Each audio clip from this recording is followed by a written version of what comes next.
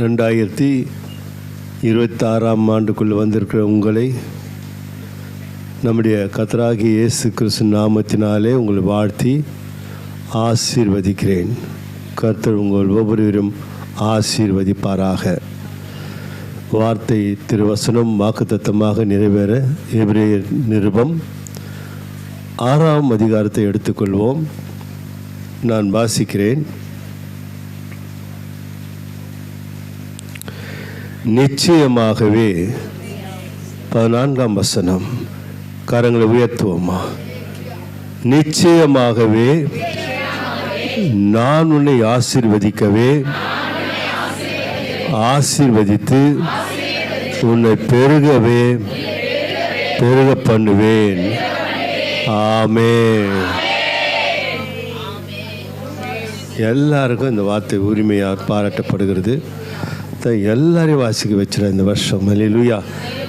நான் கர்த்தருடைய கிருபையினால் உங்களை ஆசீர்வதிக்க, நீங்கள் எல்லோரையும் ஆசீர்வதிக்க கர்த்தர் நாளில் எடுத்து பயன்படுத்தினபடினால் கர்த்தரை நான் ஸ்தோத்தரிக்கிறேன்.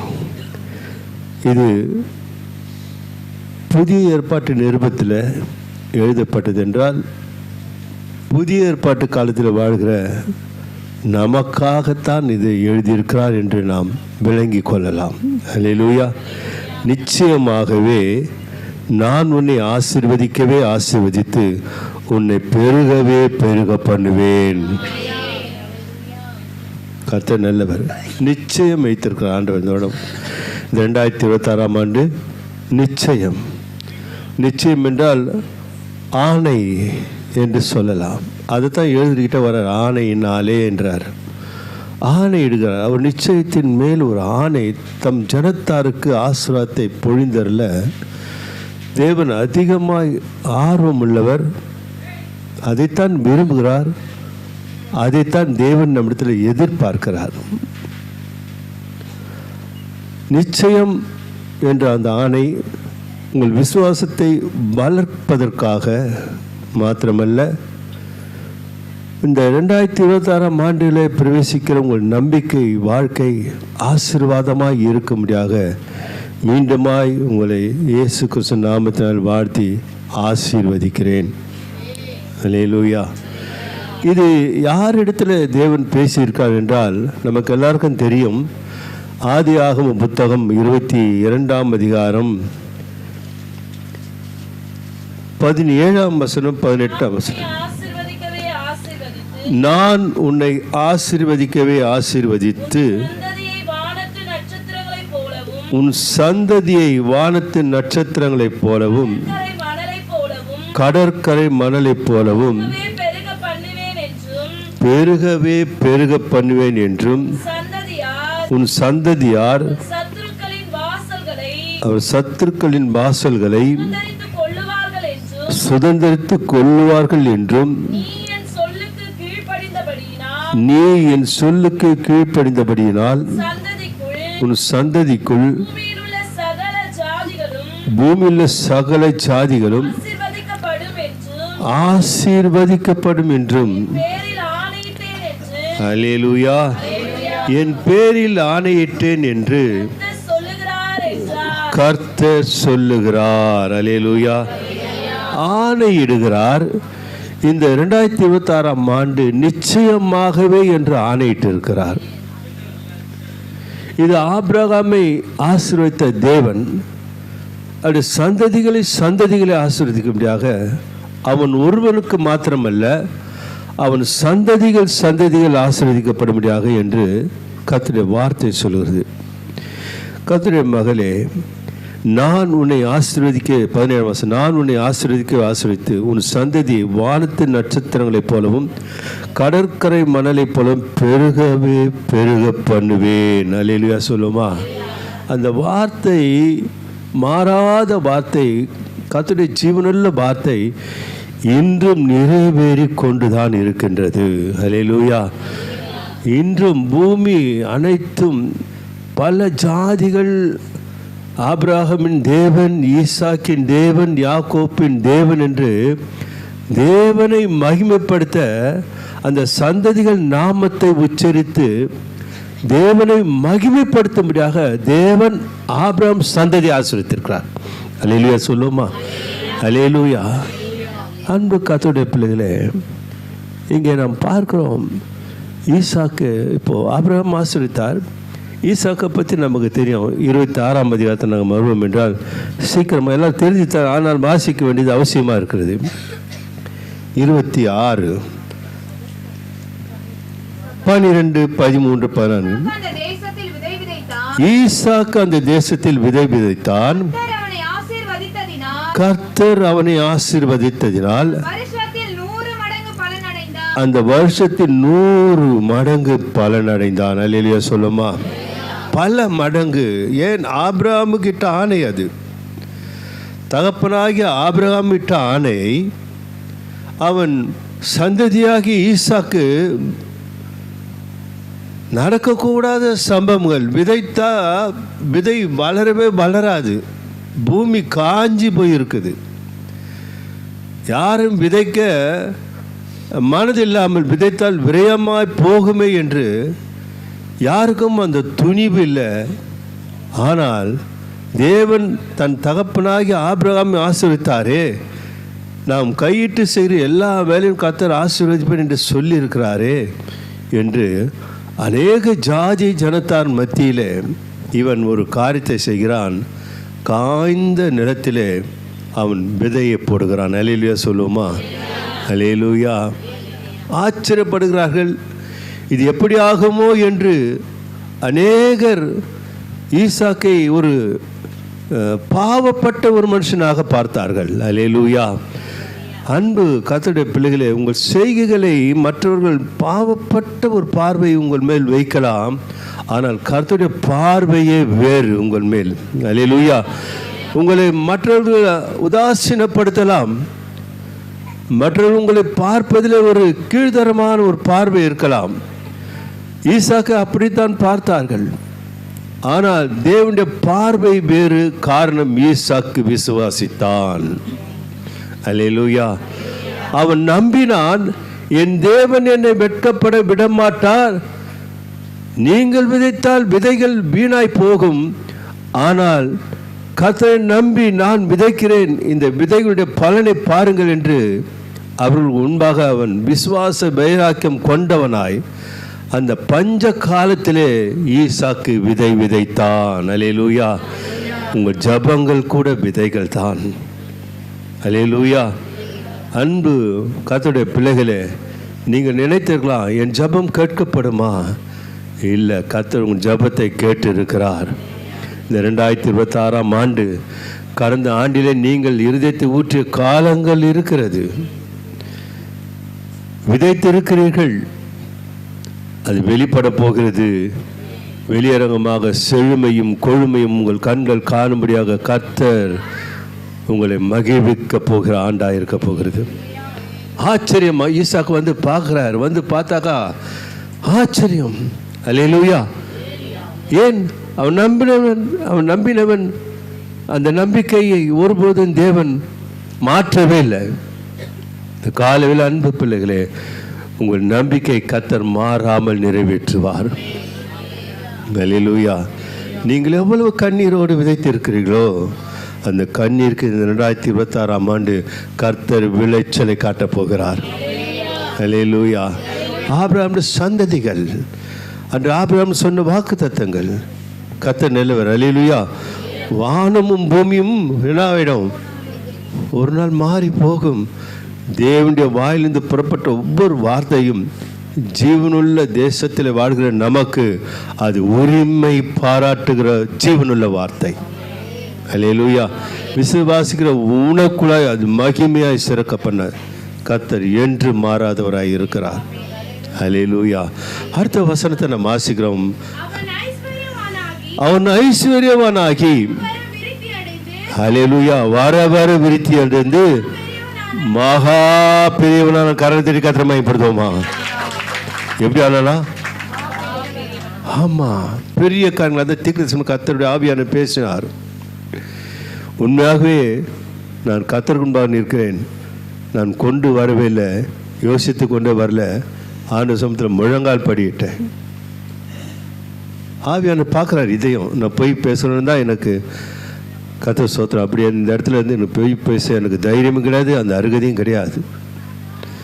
அங்கே நேர்முழங்கால் நின்னேன். ஆனால் எனக்கு என்னன்னு தெரியல, ஒன்றுன்னு புரியல. புதிய பாடல் பிள்ளைங்க எழுதி அனுப்பிச்சிக்கிறாங்க. எத்தனை பேர் ப்ராக்டிஸ் பண்ணாங்களோ ஏதோ அந்த ஆரம் திணறக்கூடாதுப்பா. ஆனால் நானும் அதை நான் என்ன பண்ணல, பாடம் படிக்கலை. அது எனக்கு ஒன்றும் புரியலன்னா 5 நிமிஷத்தில் அந்த 2-3 பாடல் கொடுத்தார். கர்த்தர் அறிவார். பாடல் கொடுத்துட்டீங்க, பேச வைப்பது நீங்கள் தான். என்ன அபிஷேகத்தை அனுப்புங்கப்பா அந்த வேலையில். ஹல்லேலூயா, ஹல்லேலூயா. பேசுறது நான் இருக்கக்கூடாது, நீங்கள் தான் பேசணும். தீர்க்கதரிசன வார்த்தை பேசணும். ஆண்டவர்கிட்ட விண்ணப்பத்தை வைத்த விண்ணப்பத்தின் சத்தத்தை தீர்க்கதரிசன விளைய பெற்றினார். ஹல்லேலூயா. பேசினார். நான் கர்த்தருடைய ஜீவனை கொண்டு சொல்லுகிறேன், நான் பேசவில்லை, எனக்குள்ளாய் இருக்கிற அபிஷேகம் பேச வைத்தது. ஹல்லேலூயா. அது அதிசயம் செய்கிற தேவன் நம் தேவன். நாம் நினைத்து கூட பார்க்க முடியாது, ஆனால் விசுவாசித்தால் தேவனுடைய மகிமையை காண்பாய். ஈசாக்கு ஆபிரகாம் ஆசீர்வதித்த தேவன் நிச்சயமாகவே சொன்னார். அவனோட முடிந்து போகல ஆசீர்வாதம். அவன் சந்ததிகள் சந்ததிகள் சந்ததிகள் எல்லாம் ஆசீர்வதிக்கப்பட்டது. கர்த்தர் நல்லவர். ஈசாக்கு மாத்திரமா? அடுத்த வசனத்தை கூட வாசித்து முடிப்போமே. அவனுக்கு ஆட்டு மந்தையும் மாட்டு மந்தையும் அநேக பணிவிடைக்காரரும் எழுதும்படியினாலே. ஹல்லேலூயா. என்ன உங்களை எப்படி பார்க்க போகிறோம் இந்த முறை? ஹல்லேலூயா. எப்படி இருந்தாங்க, எப்படி மாறிட்டாங்க பாரு அப்படின்ற அளவுக்கு கர்த்தர் உங்களை மறுரூபப்படுத்த போகிறார் இந்த வருடம். ஹல்லேலூயா சொல்லுமா? ஹல்லேலூயா. கர்த்தருடைய ஊழியத்தை செய்யும்படியாக கர்த்தருடைய மகிமை உண்மையில் அமர்ந்தது என்று கர்த்தருடைய ஆவியான சொல்லியிருக்கிறார். நீங்கள் பழைய வாழ்க்கையிலே இழந்த காரியங்கள்லாம் கர்த்தர் இந்த வருடத்தில் என்ன பண்ண போகிறார்? உங்களை கொண்டு கூர்மையான போர் ஆயுதமாக மாற்றும் பொழுதுதான் நீங்கள் யார் என்பது மற்றவர்கள் கர்த்தர் உங்களை அறிய வைக்க போகிற வருடம் இது. கர்த்தர் ஸ்தோத்திரம். அல்லேலூயா. அநேகர் வேறு விதமாக பார்க்கிற ஆண்டாக இந்த ஆண்டை கர்த்தர் வைத்திருக்கிறார். மாத்திரமல்ல, யாக்கோப்புக்கு வரும் சந்ததிகள் தானே அவர்கள். 31ஆம் அதிகாரம் 7, 8, 9 வாசிப்போம். உங்கள் தகப்பனோ என்னை வஞ்சித்து என் சம்பளத்தை 10 முறை மாற்றினான். ஆனாலும் அவன் எனக்கு தீங்கு செய்ய தேவன் அவனுக்கு இடம் கொடுக்கவில்லை. அல்லேலூயா சொல்லுமா? எல்லாம் தீர்க்க தரிசனம் தான். ஒரு வழியாய் வந்தவர்கள் எத்தனை வழியா போவாங்களாம். உனக்கு யாரும் தீங்கு இழுக்க முடியாது. மீண்டுமா தீர்க்க தரிசனமாக சொல்லுகிறேன், கர்த்தருடைய மகளே மகனே. அல்லேலூயா. உங்களை குறைப்படுத்த நினைத்தவர்கள், உங்களுக்கு தீங்கு செய்ய நினைத்தவர்கள், உங்களை பொல்லாப்பு செய்ய நினைத்தவர்கள் எல்லாம் அவர்கள் வெட்கப்பட்டு போகும்படியாக கர்த்தர் இந்த வருடத்தில் உங்கள் தலைகளை நிமிர பண்ண போகிறார். அல்லேலூயா. கர்த்தர் உங்கள் முகத்தை பிரகாசிக்க பண்ணும் தீர்க்கதரிசனமாக சொன்னாரே, அதன் அர்த்தம் இதுதான். அல்லேலூயா. உங்கள் முகங்கள் வாடி போகாது. இந்த வருடம் எந்த காரியத்தை குறித்து சோர்ந்து போகாதபடிக்கு கர்த்தரே உங்களுக்கு பலனாக இருக்கிற ஆண்டு தான் இந்த ஆண்டு. இங்கே யாக்கோப்புடைய வாழ்க்கையில் லாபான் செய்கிற அநியாயத்தை கர்த்தர் பார்த்து கொண்டு இருக்கிறார். அன்பு மகளே மகனே, உன் வாழ்க்கையிலும் எதிரிட நடக்கிற காரியங்களை நீங்கள் மட்டும்தான் நினச்சிக்கிட்டு இருக்கீங்க. என் வாழ்க்கையில் இப்படி நடக்குதே, இப்படி எதிர்ப்புகள் போராட்டங்கள் இருக்கிறதே என்று நீங்கள் மனம் கசந்து இருக்க வேண்டியதே இல்லை. அல்லேலூயா. ஏன் நீங்கள் தான் பார்க்கிறீர்கள், நீங்கள் தான் அனுபவிக்கிறீர்கள் என்று நினைக்க வேண்டாம். கர்த்தரும் அதை கவனித்து கொண்டே இருக்கிறார். அல்லேலூயா. அவன் என்னென்ன செய்யறான் எல்லாத்தையும் கர்த்தர் என்ன பண்றாரு? அவருடைய கண்கள் பார்த்து கொண்டே இருக்கிறது. வாசிக்கலாம். புள்ளி உள்ளவைகள் சம்பளமாய் இருக்கும் என்று அவன் சொன்னபோது ஆடுகள் எல்லாம் புள்ளி உள்ள குட்டிகளை போட்டது. கலப்பு நிறமானவைகள் உன் சம்பளமாய் இருக்கும் என்று அவன் சொன்னபோது ஆடுகள் எல்லாம் கலப்பு நிற குட்டிகளை போட்டது. இவ்விதமாய் தேவன் உங்கள் தகப்பனுடைய ஆடுகளை எடுத்து எனக்கு தந்தார். கரங்களை தட்டி கர்த்தரை மகிமைப்படுத்துமா? உங்களுக்கும் கொடுக்க போகிறார். உங்கள் வஞ்சித்து உங்களை ஏமாற்றின காரியங்கள் எதுவாக இருந்தாலும் சரி, கர்த்தர் அதை கவனித்து உங்களுக்கு அது சாதகமாக மாற்றப் போகிறார். அல்லேலூயா. செயல்படுகிற ஆண்டுகள் இந்த ஆண்டு கர்த்தர் உங்களை இழப்புகளை மீட்டு தரும்படியாக கர்த்தர் உங்களை எல்லா தலை நிமிர பண்ண வைக்க போகிறார். அல்லேலூயா, அல்லேலூயா. அன்பான தேவனுடைய பிள்ளைகளே, இங்கே நாம் பார்க்கிறோம், ஏசாயா தீர்க்கதரிசியின் புத்தகத்துக்கு நாம் வருவோம். கர்த்தர் நல்லவர். சரி, ஒரு தீர்மானத்தை எடுக்கலாம். ஆபிரகாம் சந்ததிகளாகிய நம்ம ஈசாக்கை பார்த்தோம், யாக்கோப்பை பார்த்தோமா? அதற்கப்புறம் யாக்கோப்புக்கு அப்புறம் சந்ததிகள் உருவாகுது, 12 கோத்திரங்கள் உருவாகுது. அது எடுத்துக்கொண்டே போனால் நேரம் போதாது. அப்படியே தாவீதுக்கு வரலாம், அப்படியே தாவீதின் குமாரனாகிய இயேசுக்கு வரலாம். கர்த்தர் ஸ்தோத்திரம். அல்லேலூயா. வாசிக்கலாம். 115ஆம் சங்கீதம் எடுத்துக்கலாம். இன்னைக்கு 115ஆம் சங்கீதம்.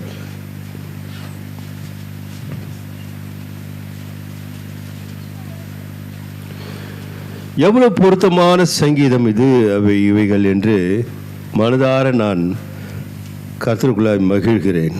115, 14, 15 வசனத்தை வாசிக்கலாம்.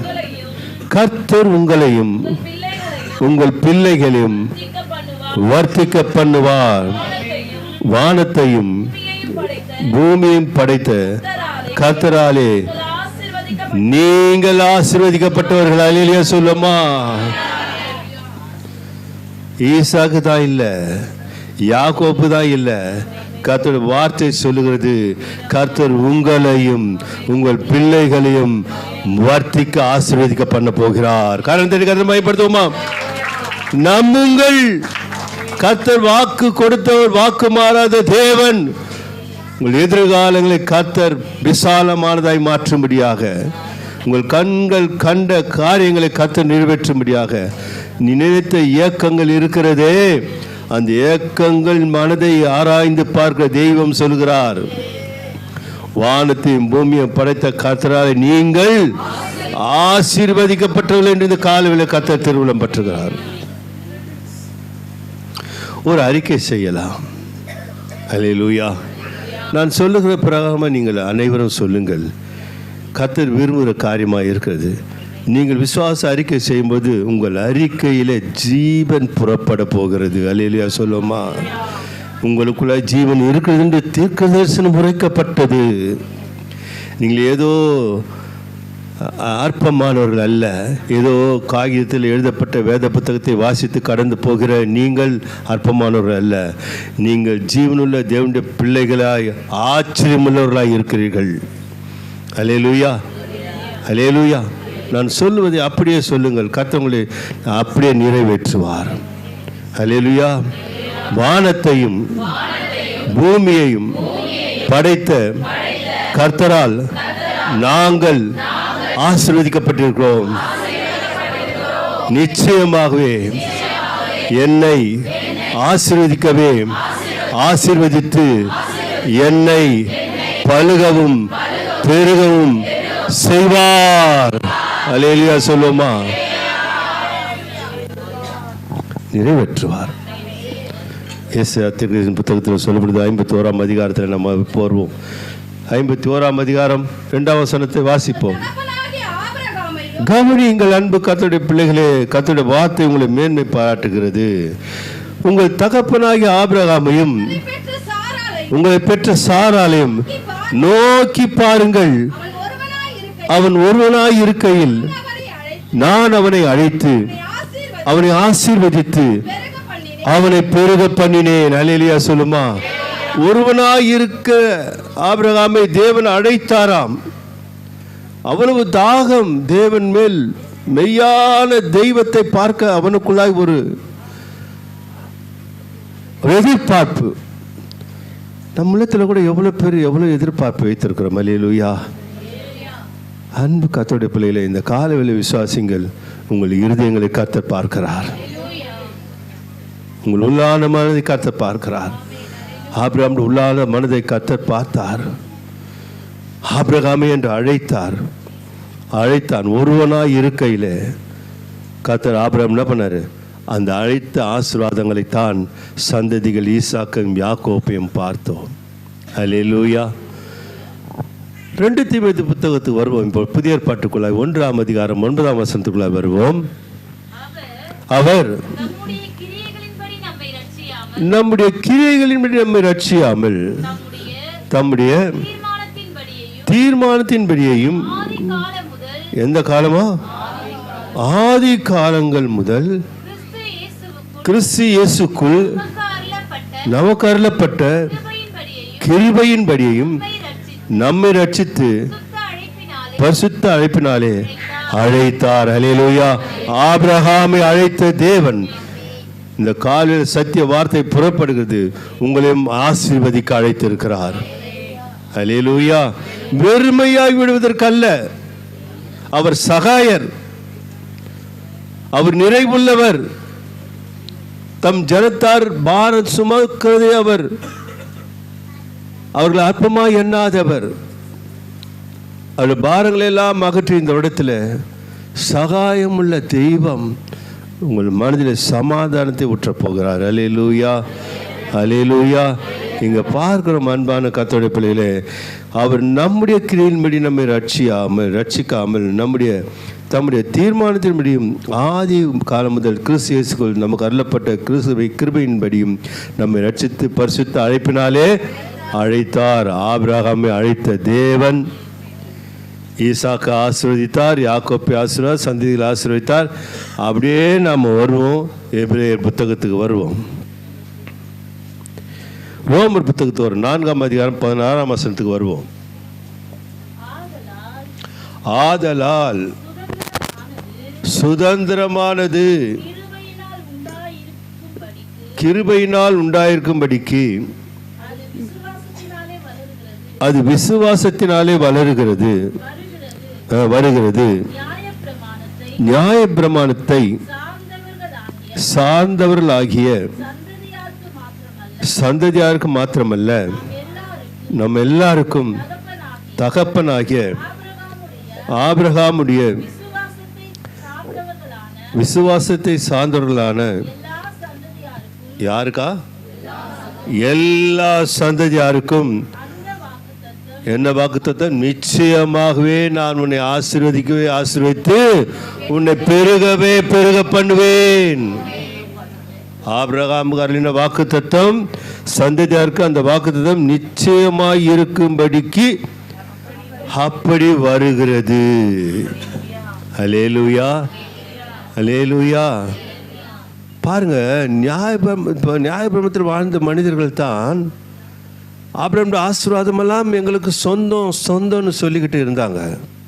இங்கே ஆவியானவர் சொல்கிறார், நியாயப்பிரமாண மனிதர்களுக்கு மாத்திரம் ஆபிரகாமுடைய சந்ததிகள் என்றால் ஆபிரகாமுடைய ஆசீர்வாதம் அவர்களுக்கு மாத்திரமல்ல, கிருபையின் காலத்திலே வாழ்ந்து கொண்டிருக்கிற நாமளும் சந்ததிகளாய் மாறிவிட்டபடினாலே அன்று எத்தனை ஆயிரம் ஆண்டுகள், 4000 ஆண்டுகளுக்கு மேலாக ஆபிரகாமை ஆசீர்வதித்த அந்த வார்த்தை இன்றும் நிறைவேறி கொண்டு இருக்கிறது.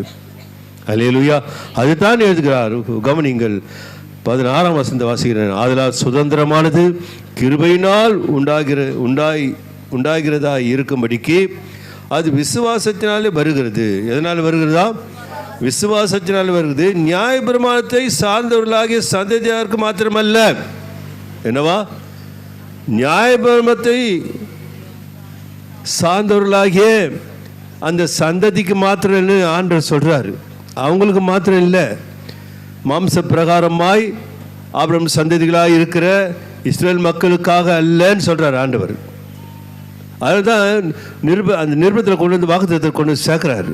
எபிரேயர் புத்தகத்தில் வாசித்தோம். பழைய ஏற்பாட்டு ஆதி ஆகமத்தில் எழுதப்பட்ட சொன்ன தேவனுடைய வாக்குத்தத்தத்தை எங்கே கொண்டு சேர்க்கிறாரு? எபிரேயர் 6:14 வாசிக்க முடியாது வைத்திருக்க. யாருக்கு சொந்த அந்த வாக்குத்தத்தங்கள் எல்லாம் நமக்கும் உரிமை பாராட்டுகிற அனுபவத்தை கொடுக்கும்படியாக பாருங்கள். மாத்திரமல்ல, நம்ம எல்லாருக்கும் தகப்பனாகிய ஆபிரகாமுடைய விசுவாசத்தை சார்ந்தவர்களாக எல்லா சந்ததியாருக்கும் அந்த வாக்குத்தத்தம் நிச்சயமாக இருக்கும்படிக்கு அப்படி வருகிறது. அல்லேலூயா. மாத்திரமல்ல, தொடர்ந்து வாசிக்கிறேன் பாருங்க. அநேக ஜாதிகளுக்கு உன்னை தகப்பனாக ஏற்படுத்தினேன் என்று எழுதியிருக்கிறபடி அவன் தான் விசுவாசித்தவருமாய் மரித்தோரை உயிர்ப்பித்து இல்லாதவர்களை இருக்கிறது போல் அழைக்கிறவருமாய் இருக்கிற தேவனுக்கு முன்பாக நம்ம எல்லாருக்கும் தகப்பனானான். ஆண்டவர் சொல்ற ஊர்ஜிதமான வார்த்தை பாருங்க. அப்போ தகப்பனுக்கு என்ன வாக்குத்தத்தம் கொடுத்தாரோ அது சந்ததிகளால் பிள்ளைகளாகிய நமக்கு இருக்கிறது. அல்லேலூயா, அல்லேலூயா. சங்கீதங்கள் புத்தகம் 147 அதிகாரம் வாசிப்போம். 14 வசனத்தை வாசிக்கலாம். அவர் உன் எல்லைகளை சமாதானம் உள்ளவர்களாக்கி உச்சிதமான கோதுமையினால் உன்னை திருப்தியாக்குகிறார். அல்லேலூயா. அப்போ உச்சிதமான கோதுமையினால் என்றால் வீட்டிலே, உங்கள் அம்பாரங்களிலே, உங்கள் வீட்டிலே, உங்கள் பொக்கிஷ சாலைகளை கர்த்தர் என்ன பண்ண போகிற இந்த வருடத்தில் நிரம்பி வழியும்படியாக வைக்கப் போகிறார். அல்லேலூயா. அதுதான் வேதம் சொல்றது. 14 வாசிங்கள். அவர் உன் எல்லைகளை சமாதானம் உள்ளவர்கள் ஆக்கி உச்சிதமான கோதுமையினால் உன்னை இந்த வருடம் எப்படி வைக்க போறாராம்? பலுகி பெருகி நீங்கள் ஆசீர்வதிக்கப்பட்டபடினாலே வருத்தத்தின் பலனை நீங்கள் புசிப்பதில்லை. உங்கள் கர்த்தர் இந்த வருடம் மகிமை அடைந்து என்றால் இன்று கொஞ்சம் ஆசீர்வாதத்தில் இருக்கிற இந்த ஆரம்ப நாட்கள் இருக்கிற நீங்கள் 3ஆம் மாதத்தில் ஒரு ஸ்டெப் இருப்பீங்க, 6ஆம் மாதத்தில் ஒரு ஸ்டெப் இருப்பீங்க. வளர்ந்து கொண்டே இருக்கிற காலத்தை கர்த்தர் உருவாக்கிடுறார் இந்த வருடம். அல்லேலூயா சொல்லுவோமா? அல்லேலூயா. அப்போ என்னன்னாக்கா அதான் நீங்கள் திருப்தியாக மீதமாக வரையிலும் அவர் உங்களை நடத்த போகிறார். அல்லேலூயா. பாருங்கள், ஆதியாகமம் புத்தகத்தில் வருவோம். கர்த்தர் நல்லவர், அவர் கிருபை என்றும். 12ஆம் அதிகாரம் 13ஆம் வசனத்தை நாம் வாசிக்கும் பொழுது, நீங்கள் இருக்கும் வீடுகளில் அந்த இரத்தம் உங்களுக்காக என்னவா இருக்குமா? கவனிக்கணும். அடையாளமாய் இருக்கும். அந்த இரத்தத்தை நான் கண்டு உங்களை கடந்து போவேன். நான் எகிப்து தேசத்தை அழிக்கும் போது அழிக்கும் வாதை உங்களுக்குள்ளே வராதிருக்கும். ஒரு அல்லேலூயா சொல்வோமா?